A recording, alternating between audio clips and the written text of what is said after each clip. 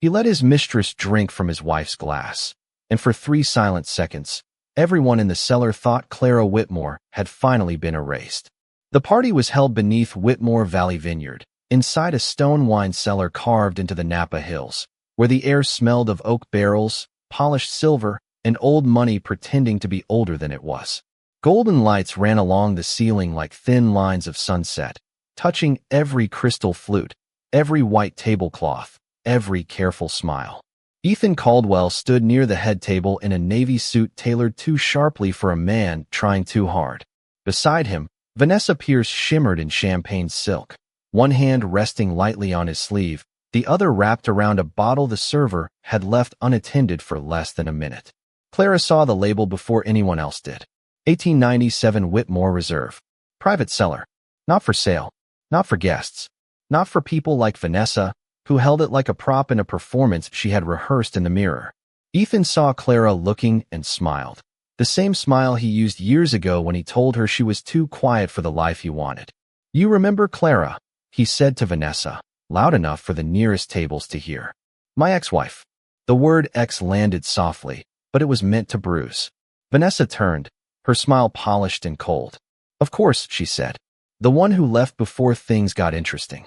A few guests laughed into their glasses. Clara did not move. She stood in a simple black dress near the end of the table, her hair pinned back, her hands calm, her face unreadable beneath the warm cellar light.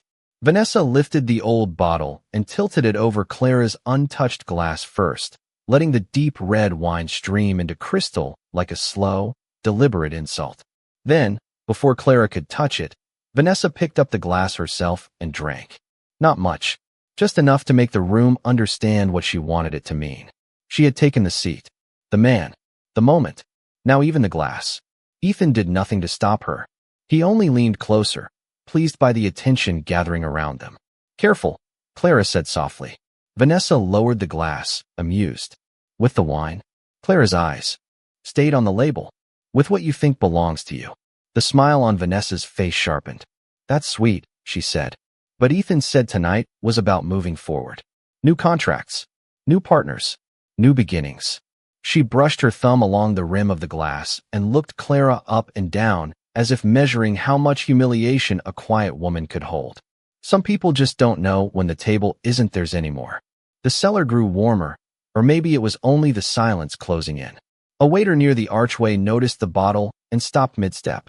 His face changed first, the color draining from his cheeks as his eyes found the gold seal near the neck. Then another staff member saw it. Then the sommelier, who had been speaking with an investor across the room, turned so quickly his black jacket pulled tight at the shoulders. Clara noticed all of it. Ethan did not. He was too busy enjoying the version of the evening where Clara stayed small and Vanessa shined beside him. Clara looked at the half-filled glass in Vanessa's hand, then at the red stain blooming on the white napkin where a single drop had fallen. "Did you read the label?" she asked. Ethan laughed under his breath. "Clara, don't embarrass yourself." But the sommelier was already walking toward them, pale and careful, as though one wrong word might crack the entire room open. The sommelier reached the table with both hands held low, not dramatic, not angry, only careful in the way people become careful around something priceless. His eyes moved from the bottle to Clara, then to the gold seal at the neck, where the wax had been broken unevenly by someone who had no idea what she had opened. Vanessa still smiled, but it had begun to loosen at the corners. Ethan noticed the staff gathering near the archway and frowned, as if their concern was an interruption to his victory. Clara did not look at him. She looked at the faded cream label, at the narrow black script that time had softened but never erased. Eleanor Whitmore Private Cellar. Her mother's name sat there under the year, small and elegant, like a whisper from a woman who had once walked those vineyard rows before sunrise with pruning. Shears in one hand and coffee in the other. Clara could almost smell the mornings again, the cold Napa air, the damp soil, the crushed leaves beneath her boots when she was a girl following 3 steps behind her mother and pretending not to be tired. Eleanor used to say wine remembered everything. The heat of the summer, the patience of the hands, the silence of the cellar, the year the family almost lost the land, the year they chose to stay. That bottle had been the last of its kind, kept in a locked private rack 30 feet beneath the tasting room, behind a door that required 2 keys and a code only 3 people on the property were supposed to know. It had never appeared on a menu. It had never been priced for auction. It had never belonged to Ethan, no matter how confidently he stood beneath Clara's family name and acted as though the evening was his to command. Vanessa lifted the glass again, perhaps to prove the moment still belonged to her, but the sommelier spoke before the rim reached her lips. "Ma'am," he said, his voice quiet enough to make the whole cellar listen harder. "That bottle is from the private family reserve." A silver fork stopped against porcelain somewhere behind Ethan. A woman at the investor table lowered her napkin into her lap. Vanessa gave a light laugh, the kind designed to make concern seem foolish. "Then your staff should not leave family bottles near guests." The sommelier swallowed. It was not left for service. Ethan stepped in then, his smile turning tight. "There has been a misunderstanding.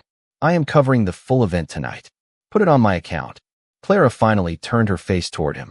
Not quickly, not with anger, just enough for him to see that his confidence had walked too far ahead of the facts. "You always did think paying for a room meant owning what was inside it," she said. Ethan blinked, and for the first time that evening, he seemed unsure where to place his hands. Vanessa looked down at the label, reading the name as if it had changed while she was holding it. Eleanor Whitmore. The silence around the table thickened. Clara remembered her mother standing in that same cellar years earlier, touching the rack where the bottle had rested and saying that some things were not kept because they were expensive. They were kept because someone loved them enough to protect them. And now the last bottle was open, breathing in the hands of a woman who had meant to use it as a costume for triumph. Clara reached for the untouched stem of the glass Vanessa had first poured for her, but she did not drink. She only turned it slightly, watching the red wine catch the gold light. Then, from the front of the cellar, the microphone clicked on, and the announcer began calling everyone to attention for the toast that Ethan believed would change his life. The microphone gave a soft breath of static, and every face in the cellar turned toward the small platform beneath the arched stone wall. Ethan welcomed the attention as if it had been poured for him. He straightened his jacket, adjusted his cuff links, and gave Vanessa the kind of smile meant to be photographed. To him, Clara's silence had always been the easiest thing in the world to misunderstand. He had mistaken it for shyness when they first met at a charity dinner in San Francisco, when she stood beside the window instead of competing for the room. He had mistaken it for agreement during their marriage, when she let him speak over her at investor dinners because she knew he needed applause more than he needed truth. And on the day he left, he had mistaken it for defeat. That afternoon had been gray and ordinary, the kind of day that should not have been allowed to hold a memory so permanent. Rain tapped against the windows of their townhouse in Palo Alto while Ethan placed the divorce papers on the kitchen island between them. He did not shout. That would have required passion. He only spoke with the cool efficiency of a man explaining a business decision. He told her they had grown in different directions. He told her she was kind, but kindness did not build empires. He told her the future he was stepping into needed someone brighter, louder, more suited to the life he deserved.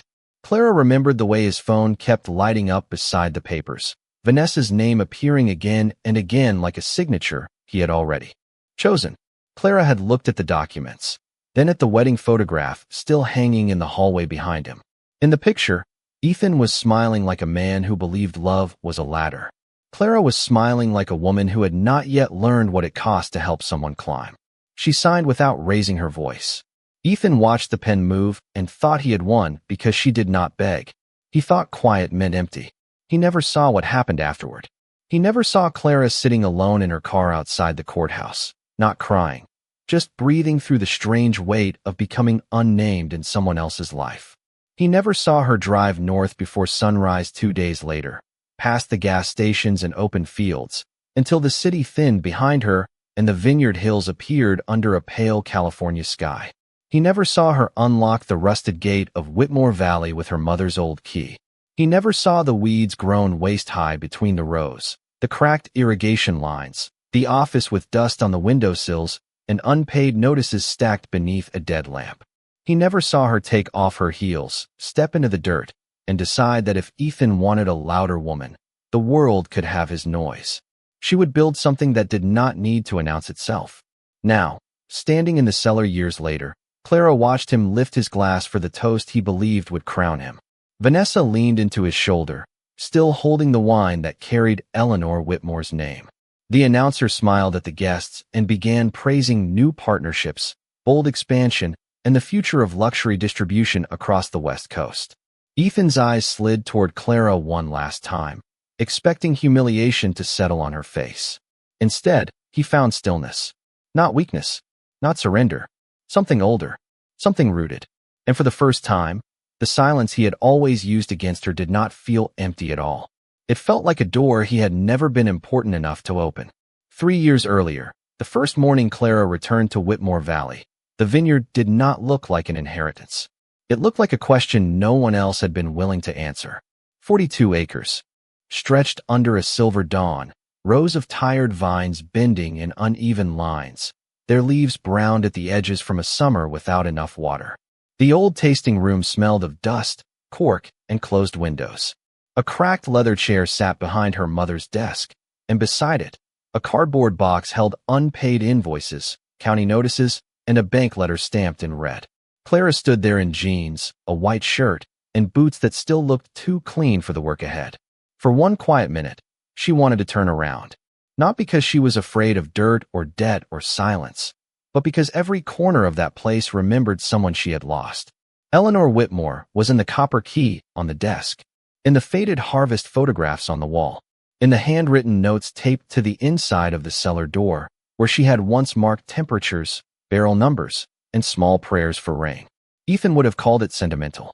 He had always used that word for things he did not have the patience to understand. Clara took the bank letter, folded it once, and placed it under a paperweight shaped like a grapevine leaf. Then she opened every window. Cold air moved through the room, lifting dust from the ledgers like the past was taking its first breath. By noon, she was walking the rows with a local vineyard manager named Russell Hayes, a man with sun-browned hands, blunt honesty, and no interest in pretending the land would save itself. He told her the irrigation system would cost more than she expected. The west slope needed replanting. The storage tanks were outdated. The brand had no current distribution and almost no cash flow. Clara listened without flinching. She wrote everything down in a small black notebook, the same way she used to write Ethan's investor schedules, hotel confirmations, and dinner seating charts when she believed helping his dreams meant they belonged to both of them. Only this time, every note was for herself. The work did not become beautiful right away. It became repetitive. It became waking before 5 in the morning while the valley was still blue with fog. It became coffee gone cold on the hood of an old pickup truck. It became mud on her cuffs, blisters beneath her gloves, and nights spent under a yellow office lamp comparing equipment quotes line by line. She sold the diamond earrings Ethan had given her on their 3rd anniversary and used the money to repair 2 pumps. She rented out the unused cottage on the East Ridge. She convinced a retired winemaker from Sonoma to consult for half his usual fee because he remembered Eleanor and because Clara brought him samples in mason jars with labels written by hand. When the first small harvest came in, it was not enough to impress anyone. Just 60 cases. 60 cases stacked in a corner of the cellar while rain tapped the roof and Clara stood among them with her palms pressed together, not praying for applause, only for one honest beginning. The next year, a restaurant in Sacramento placed an order, then a boutique hotel in Carmel, then a private club in Aspen requested 12 bottles and asked why no one had heard of Whitmore Valley before. Clara did not answer that question with a story. She answered it with invoices, better barrels, cleaner labels, and wine that carried patience in every pour. Now, beneath those same hills, Ethan lifted his glass in front of investors who thought they were celebrating his rise. He had no idea the ground under his polished shoes had been saved inch by the woman he once believed had nothing left to build. Nathaniel Brooks entered the cellar through the side arch just as the announcer began thanking the guests for being part of a historic evening. He did not move like a man trying to be noticed. He moved like a man who had already read every page in the room and knew which signature mattered. His charcoal suit was simple, his silver tie plain, his expression calm enough to make the nervous staff relax by a single inch. In one hand, he carried a slim leather folder. In the other, he held his phone with the screen turned inward, as if whatever message had arrived could wait until Clara decided the room deserved to know it. Ethan saw him first and let his gaze travel from Nathaniel to Clara with the pleased suspicion of a man looking for something to mock. "Well," Ethan said softly, though not softly enough, "I did not realize you brought company." Vanessa glanced at Nathaniel and smiled with practiced sweetness. "That is nice. Everyone deserves someone to walk in with." Clara did not answer. She watched Nathaniel pause near the sommelier, exchange one quiet sentence, and then look at the open bottle. His face did not change, but Clara knew him well enough to notice the smallest tightening around his eyes. Nathaniel had been there during the hard years, not with roses or flattery, but with contracts, calls to the county office, late meetings over lease terms, and the patience to explain the parts of ownership no one applauded. He was the attorney who had found the error in the old property lien. He was the one who convinced Clara not to sell the West Slope when a hotel group offered fast money and polished promises. He was the one who sat across from her in the tasting room at midnight, surrounded by invoices and cold coffee, and said, "Do not let tired people make permanent decisions." Ethan, of course, saw none of that. He saw a man beside Clara and reduced him to a replacement, because that was the only language he understood. "You always did move quietly," Ethan said, lifting his glass a little. "I guess some habits stay." Nathaniel looked at him for the first time, polite and distant. "Mr. Caldwell." The greeting was so formal it made Ethan's smile pause. Vanessa shifted, still holding the glass of Eleanor Whitmore's wine, though her fingers had stopped performing elegance and begun gripping the stem too tightly. At the front of the cellar, the announcer continued speaking about expansion into high-end restaurants, private clubs, and luxury hotels across the West Coast. The investors listened with bright faces. Ethan's company logo glowed on a small screen near the platform, paired with the Whitmore Valley crest as though the match had already been blessed. Clara looked at that screen and remembered the first time Ethan's assistant had called 3 months earlier, asking to discuss a distribution opportunity without realizing who controlled the estate. Clara had allowed the meeting to move forward, not because she wanted revenge, but because truth sometimes needed a table, lights, witnesses, and enough rope for arrogance to dress itself in public. Nathaniel stepped close enough for only Clara to hear him. "The reserve bottle was accessed without authorization," he said. "The final contract is still unsigned. I can stop the toast now." Clara kept her eyes on Ethan, who stood beneath her Vineyard crest as if it were a rented decoration. Then she looked at Vanessa, at the red wine glowing in the stolen glass, at the room Ethan had filled with people he wanted to impress. Her voice was almost gentle. "No," Clara said. "Let them finish." Nathaniel gave one small nod and opened the leather folder. Inside lay the papers Ethan had built his entire evening around, waiting for the one name he had never thought to fear. The announcer lifted his glass beneath the Whitmore Valley crest, and the room settled into the kind of silence money likes to call respect. Ethan stepped closer to the platform, letting the gold light find his face, letting the investors see the confidence he had spent all evening polishing. Behind him, a screen displayed his company name beside the Vineyard emblem, 2 logos touching as if the partnership already belonged to him. He had spoken about this moment for weeks. He had told Vanessa it would be the contract that moved Caldwell Distribution from regional success to national recognition. He had told his investors that Whitmore Valley was the rarest kind of opportunity, private enough to feel exclusive, respected enough to sell itself, and quiet enough to be controlled by the right partner. He had never asked why the estate had stayed quiet. That was Ethan's oldest weakness.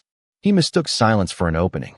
The announcer praised the Vineyard's limited releases, the 92-point reviews, the private hotel accounts in Carmel, Aspen, and Palm Beach, and the waiting list that stretched longer than any supplier in Ethan's portfolio. Each detail made Ethan stand taller. Vanessa touched his sleeve, smiling again now that the room seemed to be moving back into the shape she understood, with Ethan at the center and Clara at the edge. But Clara saw the truth sitting inside Nathaniel's leather folder. The agreement on the table was not complete. It had never been complete. Every printed copy carried Ethan's signature, his board approval, his projections, and his promise to deliver Whitmore Valley into high-end restaurants across 12 states by spring. What it did not carry was authorization from the owner of the land, the cellar, the trademarks, or the wine itself. Ethan had built the evening around a missing name. Nathaniel stood beside Clara, quiet as stone, one finger resting lightly on the folder's silver clasp. Across the room, Russell Hayes, the Vineyard manager, watched from near the service arch with his arms folded and his face unreadable. He had seen Clara arrive before dawn for 3 years. He had seen her walk muddy roads after storms, review barrel notes at midnight, and refuse shortcuts that would have made the label bigger but the wine smaller. Now he watched Ethan speak as though he had discovered the vineyard by being rich enough to notice it. The announcer turned toward Ethan. "Mr. Caldwell, would you like to say a few words before we invite the owner representative forward for the ceremonial signing?" Ethan smiled as if the phrase owner representative had been placed there for him. He moved to the microphone and looked out over the cellar, his hand wrapped around the stem of his glass. "Tonight is about vision," he said. "It is about taking something beautiful and giving it the reach it deserves." Clara lowered her eyes for 1 second, not in pain, but in memory. Ethan had once said the same thing about her at a dinner in Menlo Park, as if loving someone meant improving how the world saw them. Now he spoke of her vineyard the same way, as a quiet thing waiting for him to make it valuable. Vanessa raised Eleanor Whitmore's wine toward the room, playing her part beside him. "To new beginnings," Ethan said. The guests lifted their glasses. The red wine caught the light. Nathaniel leaned closer to Clara without looking away from the platform. "After this toast, they will ask for the final signature." Clara watched Ethan smile into the applause before it had even arrived. "Then let them ask," she said. And at the front of the cellar, the announcer opened the folder containing the name Ethan had never bothered to learn. For one breath, the room seemed to lean toward the folder. Ethan held his smile, but Clara saw the first thin crack of impatience behind it. He expected a name from legal, a representative from the estate, perhaps some gray-haired trustee who would shake his hand, pose for a photograph, and hand him the access he believed his ambition had earned. The announcer glanced down, read the top page, and paused. It was not a long pause, only 2 seconds. But in a room full of investors, 2 seconds can sound like a dropped glass. Nathaniel remained beside Clara with the stillness of a locked door. Russell Hayes watched from the archway, his jaw set, his eyes never leaving the stage. The sommelier stood close to the opened bottle, as though proximity alone could protect what was already lost. Vanessa sensed the shift before Ethan did, and pride made her reach for control the way a nervous hand reaches for a railing. She lifted Eleanor Whitmore's wine again, the red surface trembling slightly beneath the cellar lights. "Before everyone gets so serious," she said, turning from the platform toward Clara, "maybe we should thank Clara for attending. It cannot be easy watching life move on without you." The words floated over the white tablecloths, bright and cruel in the polished air. A few guests looked down, suddenly fascinated by their menus. Ethan did not stop her. He gave a small laugh, the kind men use when they want insult to sound like charm. Clara looked at Vanessa, not at the dress, not at the jewelry, not at the borrowed confidence arranged carefully around her face. She looked at the glass in her hand, at the old wine breathing in open air, at the last trace of Eleanor's handwriting wrapped around the bottle like a quiet witness. Vanessa smiled wider because Clara had not answered quickly enough. "Tell me," she continued, soft enough to seem elegant and loud enough to wound. "Does it hurt watching another woman enjoy what used to be yours?" The cellar changed. Not loudly. It changed in the way shoulders tightened, in the way a woman near the front stopped lifting her glass, in the way one investor looked from Vanessa to the vineyard crest and seemed to understand that the question had stepped onto dangerous ground. Clara set her untouched glass on the table. The crystal made a small, clean sound against the wood. "No," she said. Vanessa tilted her head. Ethan's smile held, but his fingers tightened around his stemware. Clara took one step closer, not enough to threaten, only enough to be heard without the microphone. "It hurts watching people touch what they never earned." The sentence did not rise. It did not need to. It moved through the cellar slowly, finding every table. Vanessa's smile faded at the edges. "It is just wine," she said, but her voice had lost its shine. Clara looked toward the bottle. "That is what people say when they cannot read history." Ethan leaned in, his tone suddenly lower. "Clara, this is not the time." She turned to him then, and the quiet in her face made him look smaller under the gold light. "You are right," she said. "This is not the time for explanations." At the platform, The announcer cleared his throat, his eyes moving again to the page in his hand. The microphone caught the sound. Nathaniel closed the silver clasp on his folder. Vanessa lowered the glass at last. Ethan looked back toward the stage, waiting for the evening to obey him. Then the announcer lifted his chin and prepared to say the name printed on the final line.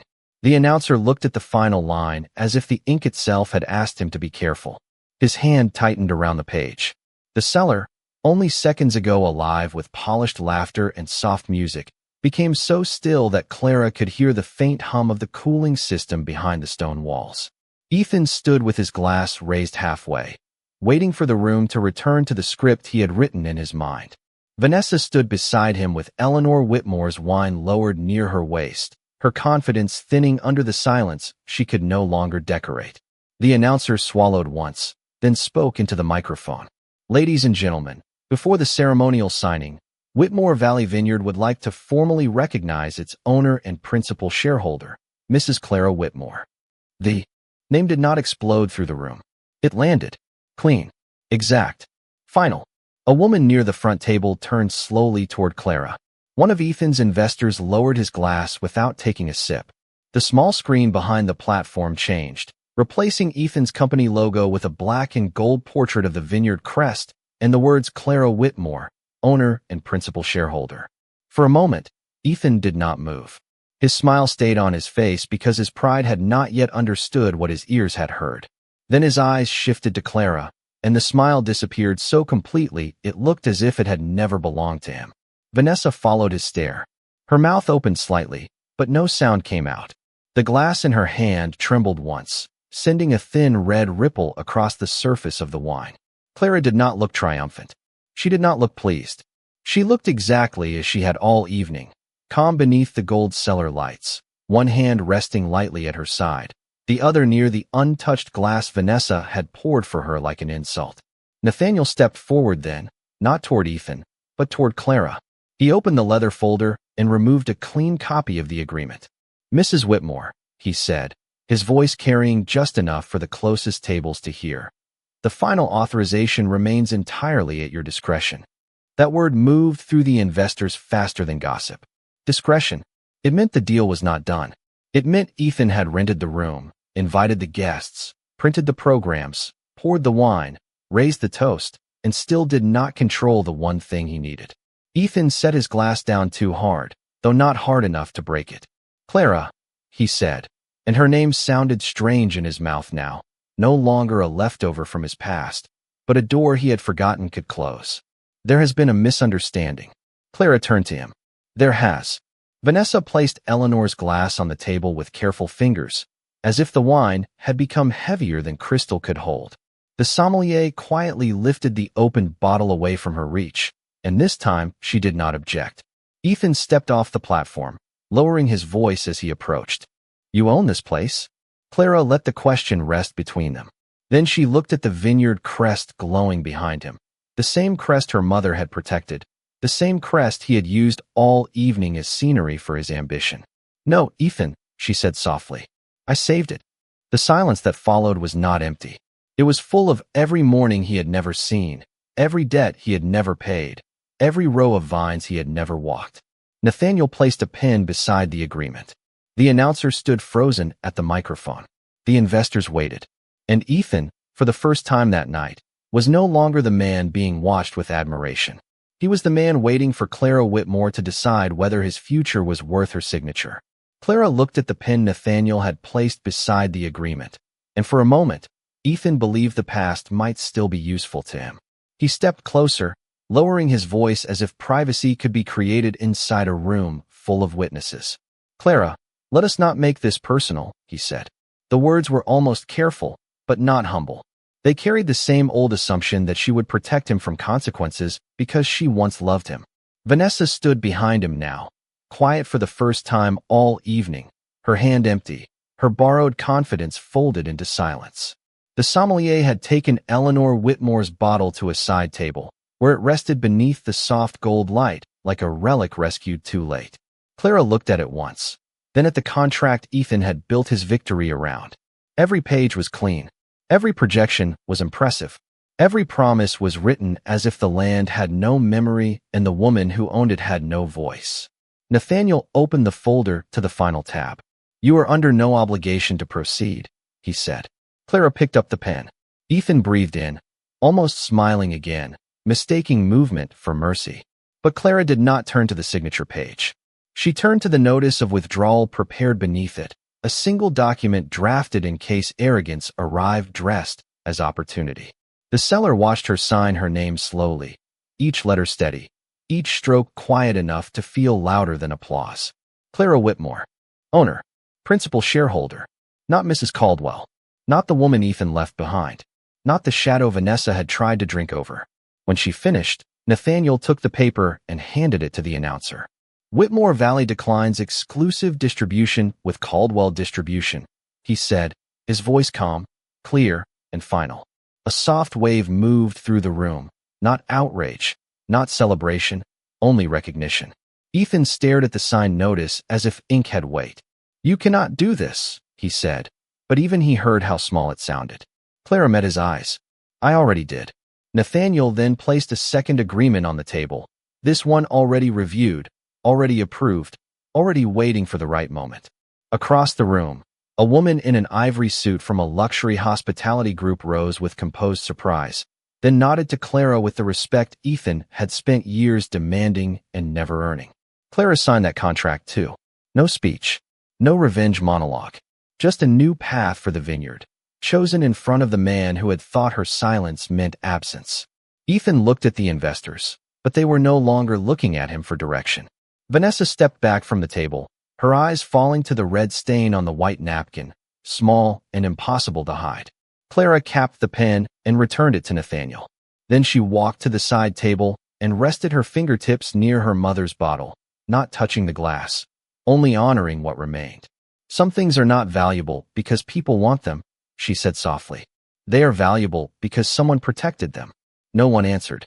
Outside the cellar doors, night had settled over the Napa hills, and beyond the stone walls, 42 acres of vines waited under the moon like rows of quiet witnesses. Clara walked toward them without looking back.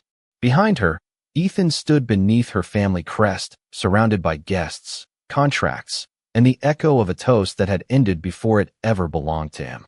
She did not win him back. She won herself.